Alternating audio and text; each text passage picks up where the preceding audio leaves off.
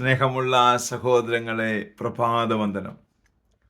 നോമ്പുകാലത്തിലേക്ക് പ്രവേശിച്ചിരിക്കുന്ന നമുക്ക് ഇന്നത്തെ സുവിശേഷത്തെക്കുറിച്ച് ചിന്തിക്കാം.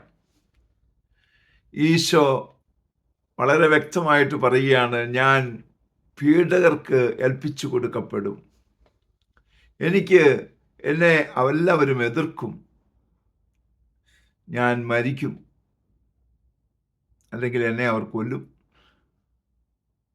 എന്നാൽ 3-ാം ദിവസം ഞാൻ ഉയർക്കും. സ്നേഹമുള്ളവരെ, നമ്മൾ പലരോടും ചോദിച്ചാൽ പ്രതിസന്ധികളും പ്രശ്നങ്ങളും ആയിട്ടങ്ങ് പോകുന്നു എന്നല്ലാതെ ഒരു ഉത്ഥാനത്തെക്കുറിച്ച് സന്തോഷത്തോടെ പറയുന്നത് വളരെ കുറച്ചു പേരാണ്. യേശുവിൽ വിശ്വസിക്കുന്നവർക്ക് മാത്രമാണ് അങ്ങനെ പറയാൻ പറ്റുള്ളൂ. കാരണം അവൻ അങ്ങനെ പറഞ്ഞതാണ്. മരണത്തിന് വിധിക്കപ്പെട്ടിരിക്കുന്ന യേശുക്രിസ്തുവിന് അധികം അപമാനവും വ്യാകുലവും ഉണ്ടാകാൻ വേണ്ടി തൻ്റെ തിരുത്തോളിന്മേൽ കുരിശുമരം ചുമത്തപ്പെട്ടു എന്ന് ധ്യാനിക്കാം. ദുഃഖത്തിൻ്റെ 4ാമത്തെ രഹസ്യമാണ്, ഈശോ മരണത്തിന് വിധിക്കപ്പെട്ട ഒരു വ്യക്തിയായിരുന്നു. അതുകൊണ്ട് അവൻ കുരിശുമരം തോളിൽ ഏറ്റെടുക്കാൻ തയ്യാറായി.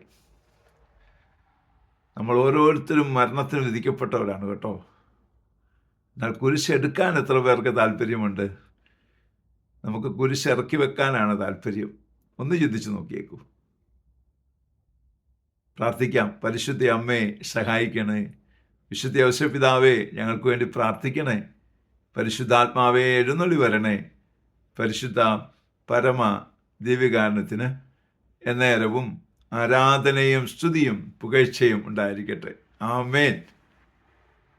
നമ്മുടെ കർത്താവായ യേശുക്രിസ്തുവിന്റെ കൃപയും പിതാവായ ദൈവത്തിന്റെ സ്നേഹവും പരിശുദ്ധാത്മാവിന്റെ സംസർഗവും സഹവാസവും സ്നേഹവും ശക്തിയും കൃപയും എല്ലാ അനുഗ്രഹങ്ങളും സമൃദ്ധമായി നിങ്ങൾ ഏവരോടും കൂടെ ഉണ്ടായിരിക്കട്ടെ, ഇപ്പോഴും എപ്പോഴും എന്നേക്കും. ആമേൻ.